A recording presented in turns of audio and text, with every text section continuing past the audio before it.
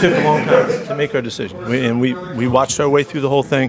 We're keeping really clear with what we said. I think there was no clear path to his return, and so we just had to move on. Welcome back, Raider Nation, to Vegas Nation First and 10, your go-to for Raider news and analysis, and that was Pete Carroll talking about Christian Wilkins.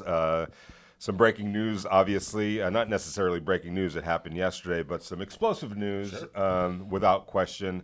We're going breaking since we talked to you guys 24 hours ago. Right, like almost literally right after we filmed our last podcast. We're doing one a day here throughout training camp. Before we get to all of that, Christian Wilkins, Pete Carroll's comments about Christian Wilkins and the plan moving forward to replace him. Just want to remind everybody that Vegas Nation's podcasts, including First and 10, are brought to you by the Las Vegas Review-Journal and Station Casinos STN Sports, and we thank them for all of their support. Well, by the way, I'm Vinny Bonsignore. I cover the Raiders for the Las Vegas Review-Journal and Vegas Nation. To my right is my great colleague and friend, Adam Hill.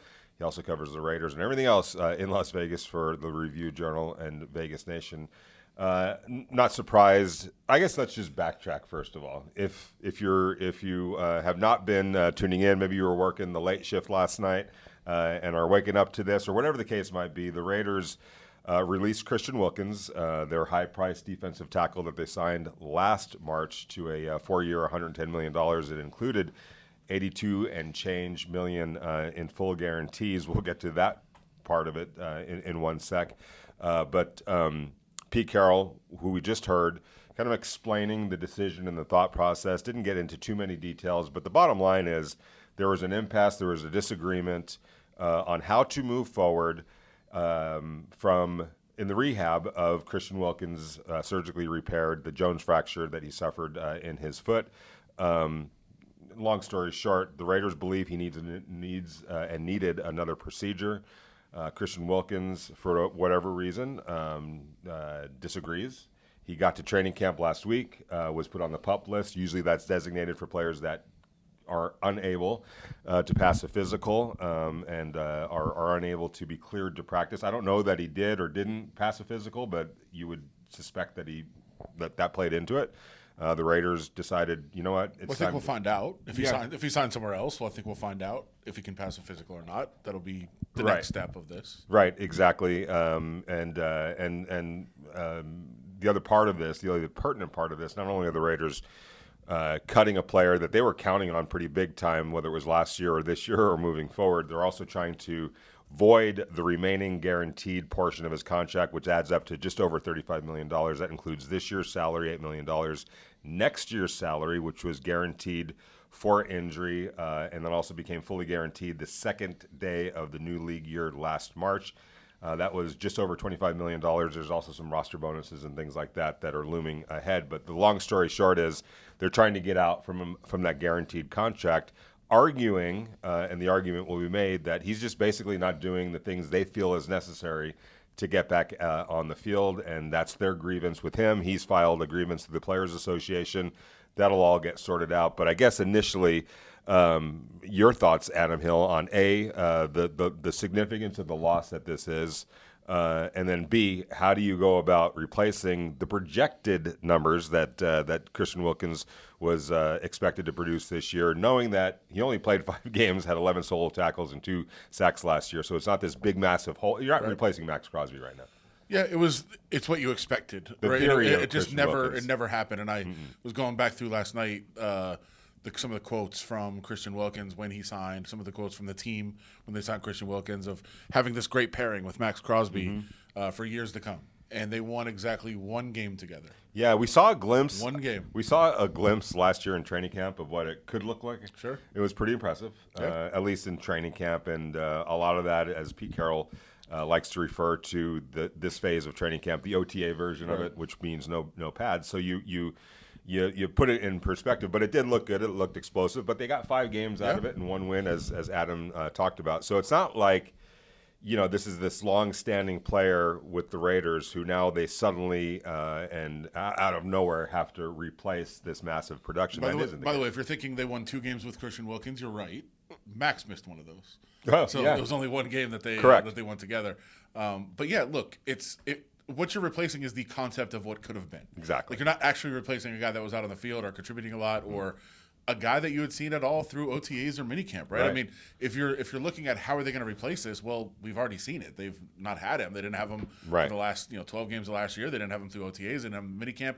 They haven't had him at training camp. So what we've seen is just what it's going to be. I think when we're watching practices, you're saying, oh, what's it going to look like when Christian Wilkins is in there? Well, you're just not going to see him now. So it is a guy like Jonah Laulu, who everybody has raved about all through the offseason, now takes that next step, and it's kind of his job, at least for now. I mean, we're still going to see, moving and shaking along the depth chart, but for right now, he is the guy. He was going to be the guy in place of the guy. Now he's the guy. So that's how you move forward with that. I think from a practical standpoint, what this is a team, especially a new regime comes in, doesn't have the same relationship with a player. They didn't seem to ever really get on the right wavelength together, and so they have moved on. I think the plain and simple fact is they've cut Christian Wilkins. End of story. That's done. He's moved on. Now this is a much bigger story and all the other things that go on along this. But the plain and simple matter is he's gone. He wasn't here. He's not going to be here, and they're Right. okay with that. But the ramifications of what happens with the guaranteed money, are they able to get it back? What happens with the salary cap implications potentially of how that could play out? That still remains to be seen. A lot's going to have to do with what happens with the hearings. And by the way, Christian Wilkins, side note, the player rep to the NFLPA for the Raiders, which will not be the case anymore. No. They're going to have to find somebody else to do that. Yeah. But the battle between the NFLPA and Christian Wilkins against the Raiders will be an interesting one to play out, and it's the first big challenge of the NFLPA since losing their leadership. I mean, you lose J.C. Treader, you lose Lloyd Howell at the top of the NFLPA. To me, this is one of the biggest stories in sports right now, but we're going to see the NFLPA stuff, not the Christian Wilkins stuff necessarily, but we're going to see how this plays out. Now, somebody did reach out from the NFLPA and told me, hey, by the way, it's going to be lawyers that have been there in place. Yeah. Like, it's guys that have been around. It's not like new people. Like, yeah, of course. But it is a test of the leadership to see how they handle this, how they move forward. Like, these are all the massive, massive intriguing storylines to me, the periphery stuff. But for Raiders fans, for you guys listening who just care about what happens on the field, it's not like it doesn't change much. It just already is what it is. Yeah. You just don't Good way to have put it. that. You don't have that kind of carrot dangling out of like everybody's like, oh, when Christian Wilkins gets here, Yeah. that's no longer here. So they're dealing with what they've dealt with for the last 5 months of last year and all of this season. And to further your point, I just was speaking to somebody last night about this who runs his own team, and he's like, it's going to be a fascinating grievance. And to see how that all kind of gets sorted out, you would imagine the lengths that the Raiders have, the lengths that they've gone to do this, that they're pretty secure in their position in terms of winning, or maybe this is just a Hail Mary saying we're just going to try. They wanted to move on anyway. Let's hope we can recoup exactly. some of the money. So it's either they feel pretty good that they're going to win this, or hey, what do we have to lose? Yeah, it's a massive test of the meaning of the word guaranteed. Yeah, and for sure. If we want to get into that for 1 second, and Adam's been we literally talked about guarantees, contracts a couple of episodes ago, and to kind of explain the situation and how it pertains to Christian Wilkins' contract. When you look at 4 years, $110 million, throw out the $110 million, that would have only happened had he played throughout the course of the contract and met every incentive, all those types of things.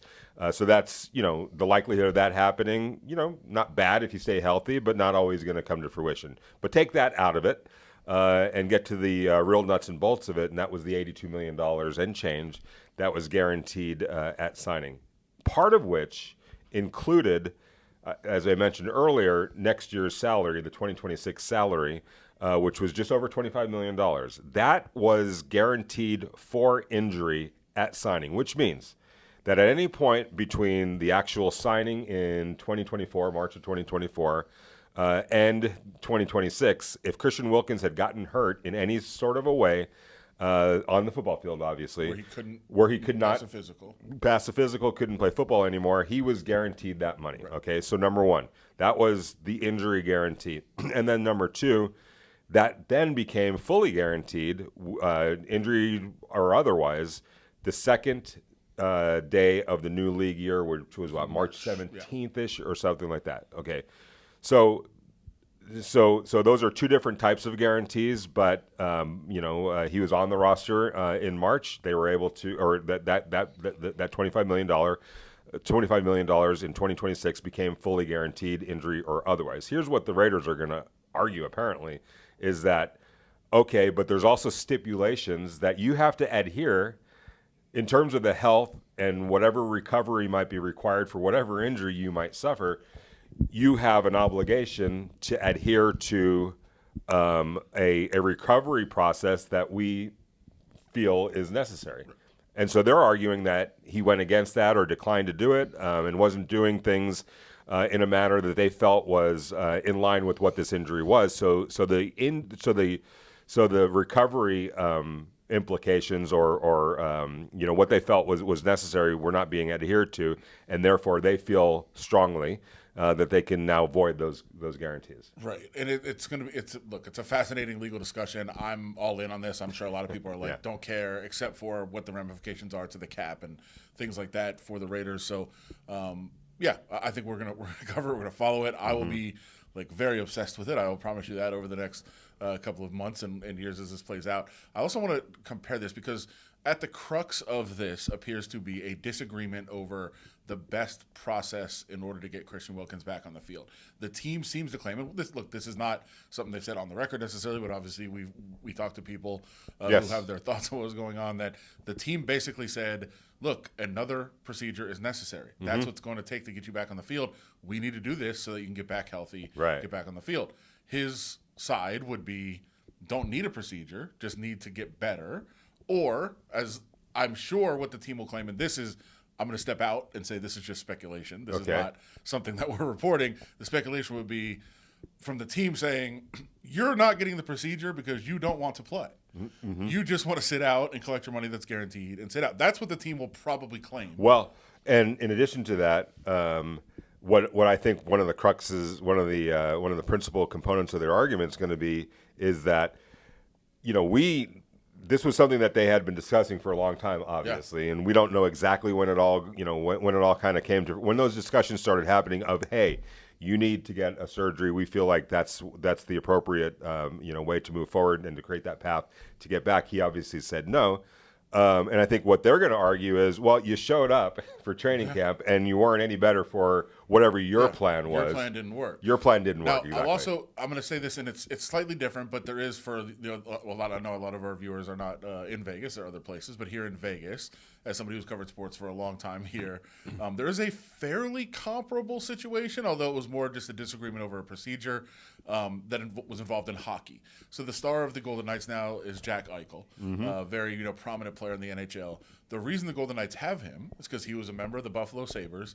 There's other things that went on. There was more things behind the scenes in terms of the relationship with Jack Eichel and the Sabres.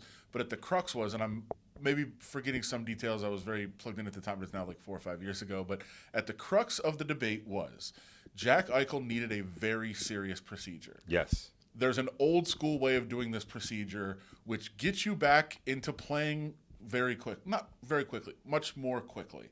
It was brutal on the body.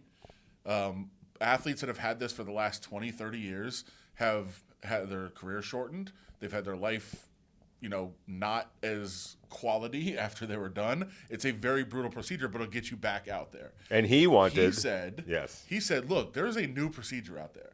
Other athletes have had this.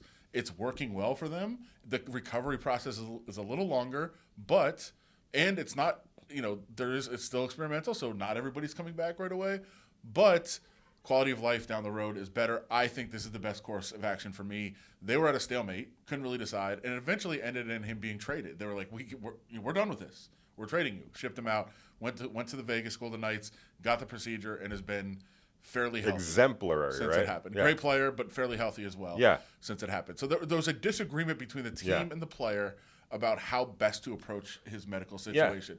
Same thing here. I mean, it's not procedure versus procedure, but it's procedure or no procedure. And this is not a new thing necessarily in sports. No. Usually, it's handled behind the scenes. They figure out some compromise or some course of action going forward. And it's really never even discussed or talked about or heard about by the public, or it gets out. In this case, it just got to a point. Right. And I think a lot of it has to do with they didn't have that relationship with him either. No. Right? It's not, they didn't sign him. They didn't have him last year. They come in and they're like, what is going on here? Yeah, and quite honest, going all the way back to April, there were some rumblings about they weren't connecting. Let's put it that way. Here's my question, and again, I'm not reporting anything because I don't know. Maybe this will all come out in the wash. Maybe it won't. But I do wonder if in June, when the Raiders informed him that, hey, we're voiding the remaining guarantees of your contract. That does not mean that they're avoiding the contract. Right. What it means is they were it didn't affect the paragraph 5s, which when you add up, basically that's the contract. So the $35 million or so was still available to him. He just needed to play at that point rather than just have it guaranteed. So I'm wondering, and I'm very curious if they did that with the idea of, hey, but if you do get the surgery, we'll just reinstate the guarantees. Right. We feel like that would be an agreeable situation.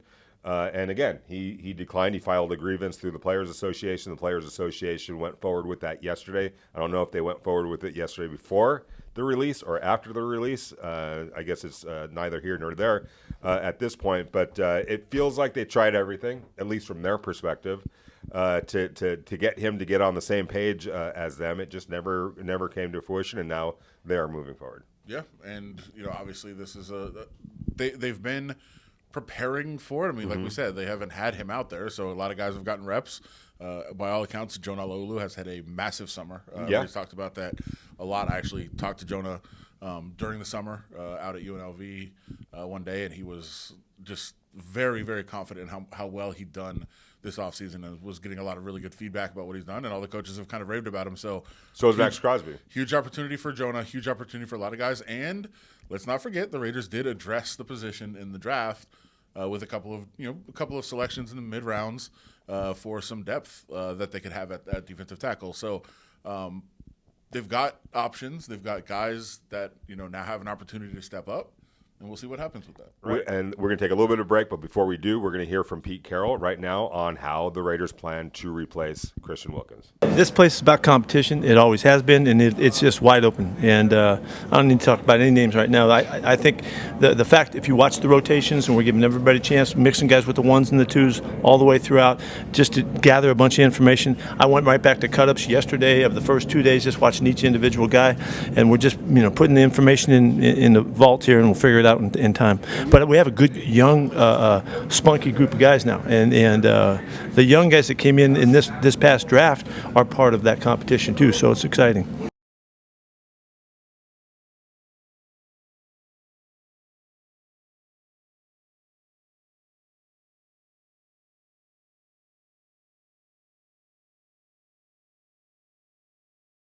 I'm Heidi Fang, and joining us now here on the First and 10 podcast, we have the race and sportsbook director from Station Casinos, Chuck Esposito, in for his weekly segment. First of all, Chuck, how are you doing today?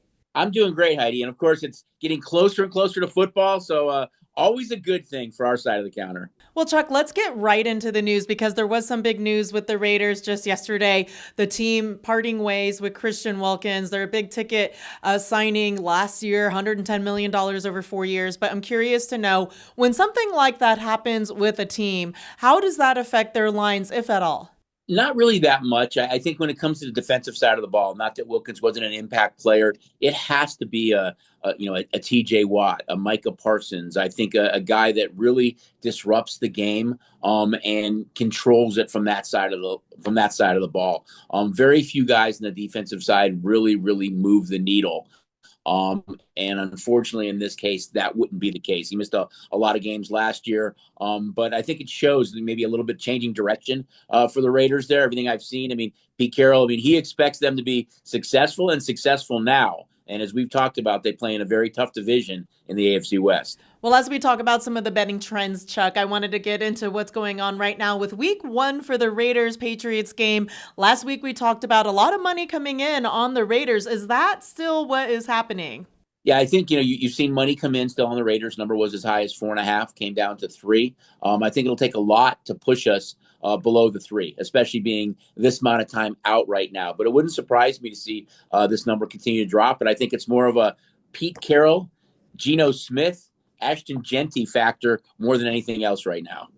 All right, Chuck. Now I want to kind of pick your brain a little bit just to get your take. I know you're all invested in the ins and outs of everything happening with football, especially the Raiders. So, Jamal Adams, what does a signing like his name do for the Raiders, especially because he's got that background and relationship with Pete Carroll? I think that's the key, Heidi, is that he has that familiarity with Jamal Adams. He knows what kind of player he is, even if Adams won't be maybe that same impact player he was when Pete Carroll had him in Seattle. He's a veteran leadership guy who I think a lot of those younger defenders can lean on. Pete Carroll can lean on. And I think it's kind of him instituting and changing the culture there to get a mix of players that he thinks can really help a lot of these young kids get to the next level. And as we come up on the second week of training camp, Chuck, what is going on over at Station Casinos? I know that last man standing contest is coming right up. So let's talk about that and how people can get involved and all of the other things happening on the STN Sports app. Actually, we're fired up about Last Man Standing, but we don't actually start taking applications till August 1. So everybody's hearing it right now. College and pro, Last Man Standing, August 1 at all of our properties throughout Station Casinos. We're excited about it. I mean, it's just a fun contest. It's our signature contest. I know there's some bigger contests out there, but for the small investment, you really can have a huge payday. And don't forget, new STN mobile guests right now, up to a $50 bonus. So sign up now. No worry wager, I should say, up to a $50 no worry wager. So get signed up now because football is right around the corner. Great stuff as always, Chuck. I always appreciate all of your insights, the information that you give us here. And for all those bettors looking to make a wager, don't forget to download the STN Sports app today. Check out all the locations around town as well for Station Casinos. For Chuck Esposito, I'm Heidi Fang. Now let's get back to Adam and Vinny.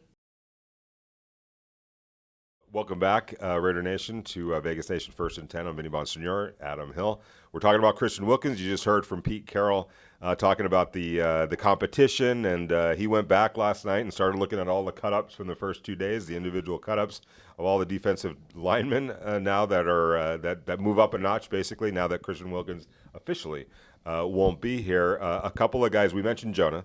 And I think that he's definitely in line to start alongside Adam Butler.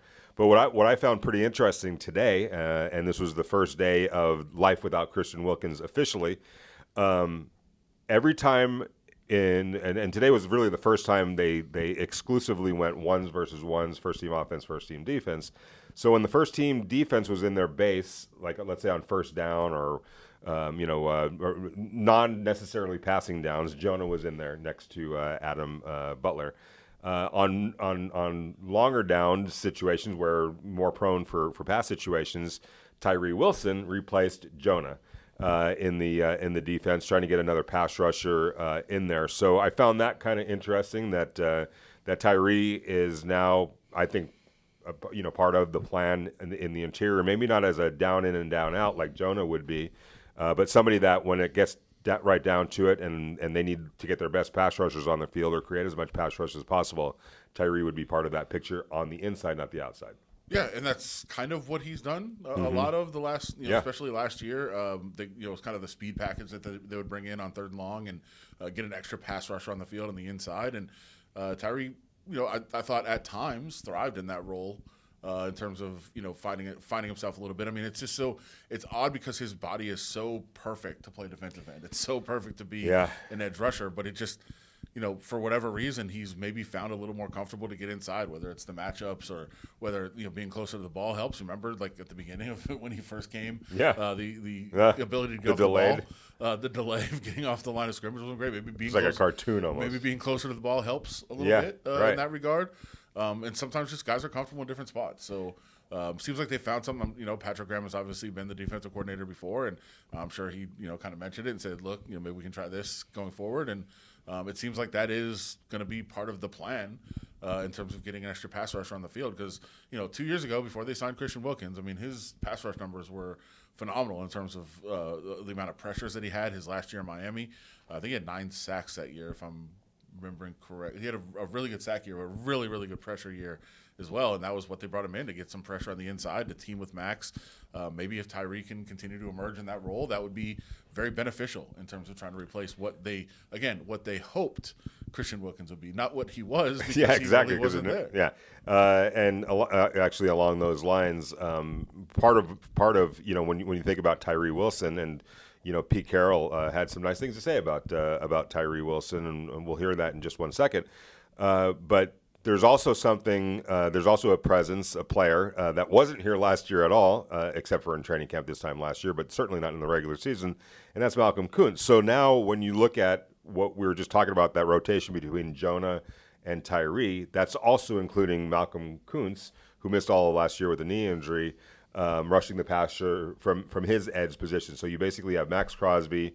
I didn't see who the other, because I think Adam Butler came off the field a few times in those situations as well. I didn't get a chance to catch who that other defensive tackle was. Tossie was out there. It might have been, yeah. And then Tyree, and then Malcolm Kuntz. So Tonka got some pressure. Tonka Hemingway, where he came in through. So yeah, there was a lot of different guys in the rotation for sure. Right, and let's talk about that, because Pete is he's never shy about talking about the young guys.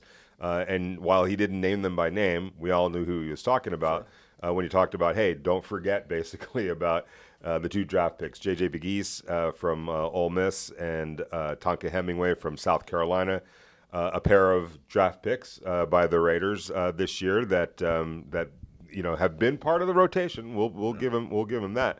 And now one or both might be counted on just a little bit more than maybe originally anticipated.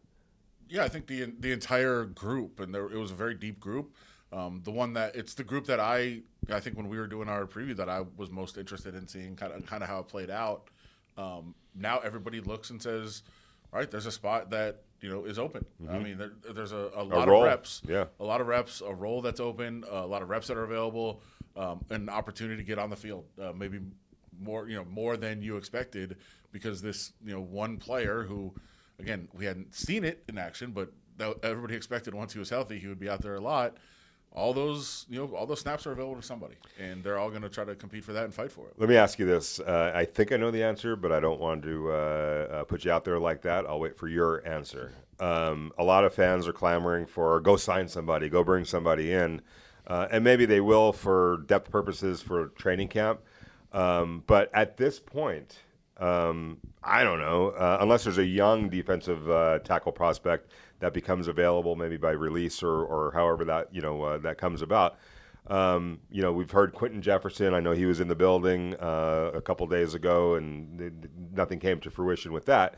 I would be more prone to just kind of sticking with what is, and seeing how those younger players develop, especially here in training camp, rather than bringing somebody in. Nothing against Jefferson, but I'd rather have young players on track to develop rather than bringing in a veteran like that who doesn't offer some tremendous improvement and would impede some of these younger players. I think I know what the answer is going to be, but I'll let Adam take it away. I would hope that everybody that watches us regularly, of course, and thank you guys. We know we see the numbers. We appreciate you guys.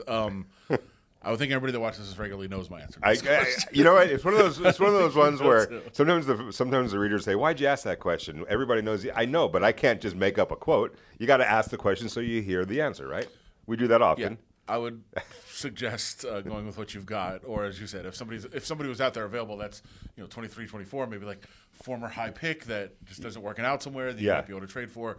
Potentially, I guess that would be the move, but I think you go with what you've got. Here's what I would say about this, and maybe it could be incorrect, but my thought is we have seen it, we've heard about it. I think we've seen it in action. Jonah Laulu has been fantastic this offseason. I can't get on a mountain high enough to scream that. Would Jonah have had the kind of offseason he had if he didn't play last year? Oh, if he didn't play last year, right? If he wasn't part of the rotation, if he wasn't on the field, I would say no. Yeah. I would say no, he wouldn't. He would have been buried. I think that, I've plugged this before, but kind of if you want to go find the piece I did on Jonah when we sat down this summer. I mean, he talked about the confidence that he gained. He talked about, hey, I didn't really even believe myself. Max Crosby said the other day, I don't think Jonah knows how good he is. Right. He's still learning that.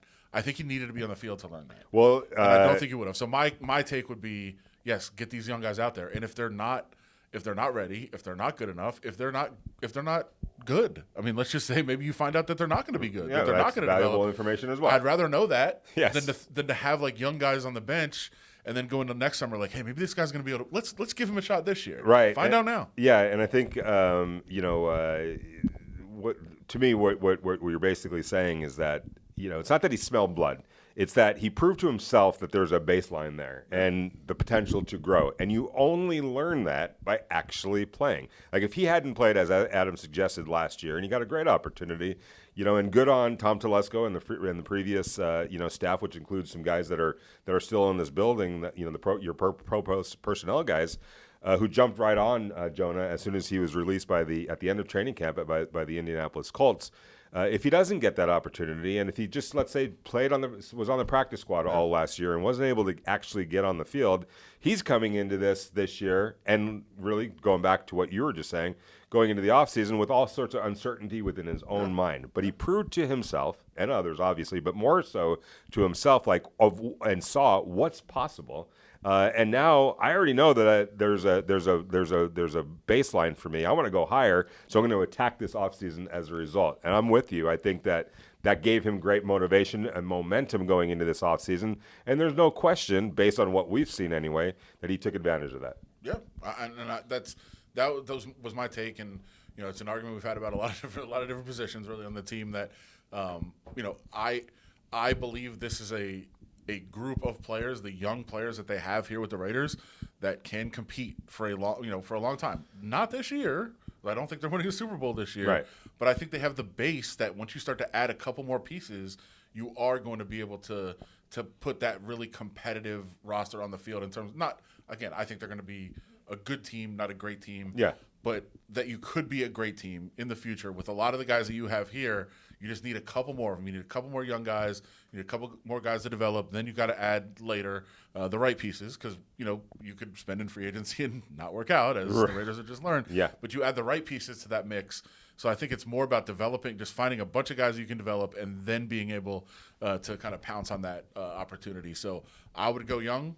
I would go with the guys that you have that are young, or like I said, if you're going to bring somebody in, which I wouldn't recommend necessarily, it would be somebody young that could develop, maybe a guy that gets cut at the end of training camp that could develop, like Jonah Laulu did last year. Thomas Harbor. Those type of guys. You find a guy, and maybe they work out. Yeah, excellent point. All right, so we covered a lot with Christian Wilkins. I want to very quickly get into what we actually did see on the field today. A lot of, like I said, ones versus ones and 11 on 11. That's kind of the first that we've seen a little bit of it, sprinkling of it.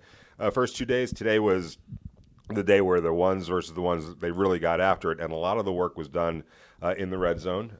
It was from my vantage point. Need to do more of that. They do need to do more of it, but there was some really good give and take. There were some offensive touchdowns that were scored. There were some great defensive plays that were made. So I would, if I was keeping score at home, I would say the defense. It was more their day, but that's not to say that they didn't do anything offensively, because they certainly did. There was a pick six touchdown by Lonnie Johnson off a throw by Geno Smith. And I don't know if you caught this, but maybe about a couple 10 minutes later, Lonnie went over there and gave him one of those, and Geno just patted him on the helmet and said, "Hey, you got to do your job too." It was a really bad decision. Yeah, it was late. He waited late. Yes. Threw back across the field. Kind of blind throw, like he didn't really look back. He just kind of assumed he had the outlet guy out in the flat to the left, right? And way late, and just basically a walk-in pick six. So bad decision, more than a bad throw. Right, right, for sure. There were also some good offensive moments. There was a touchdown throw, really a beautiful throw from Geno to Trey Tucker in the back of the end zone. During one red zone period, and then there were some other good defensive plays as well. Aiden O'Connell was a little up and down today. There were a couple of good throws, but there were a couple of ones that were just, quite honestly, off target, as there was for Geno Smith. So they're kind of getting after it. But in talking to Pete Carroll afterwards, he seemed pleased with the work that was put in over these first 3 days. He's really eager to get Sunday's practice out of the way. They'll have an off day on Saturday and get to the pads on Monday. It's still not. We're not talking about old school football where guys are getting tackled to the ground. I don't think they're doing an But- Oklahoma drill Monday. No, and that would be great if they did. But what really does happen, and this is the one thing that you can really gauge. You can't gauge the tackling. We get that. We understand that. But the offensive line, defensive line becomes a real engagement and fight at that point. And I would imagine the offensive line is pretty frustrated right now, not being able to block their counterparts. That'll start happening on Monday. Yeah, I think, everybody's excited to see it. Everybody talks about it. It is the offensive line, defensive line, because you really can't judge. And you forget. Like, you do forget when you're watching it, and you're kind of watching some of the battles on the line, and they're not actually hitting. They're kind of just shadowing, getting in the way. There's a little bit of contact. They get fired up. Obviously, they're NFL players, so they're not completely backing off. But there's no pads, so you can't actually block. So you start watching, you're like, oh, this guy just did this. And you're like, oh, yeah, they're not wearing pads. Like, it's tough not right. for the offensive line. And I will say, I was actually talking to, on the sideline, won't give his name, but people might be able to figure out, a former NFL player who was on the sideline, and he was even like, he was like, oh, how did that guy? And then he goes, oh yeah, they're not in pads. He can't hit. Yeah. He can't hit. Even he forgot. I mean, Right. you kind of forget when you're watching, but you see it ratcheted up inside. I mean, they're not gonna do full contact. They're not gonna hit, take guys to the ground. I don't think very early again with pads. Well, you never for know sure. with Pete. You never know.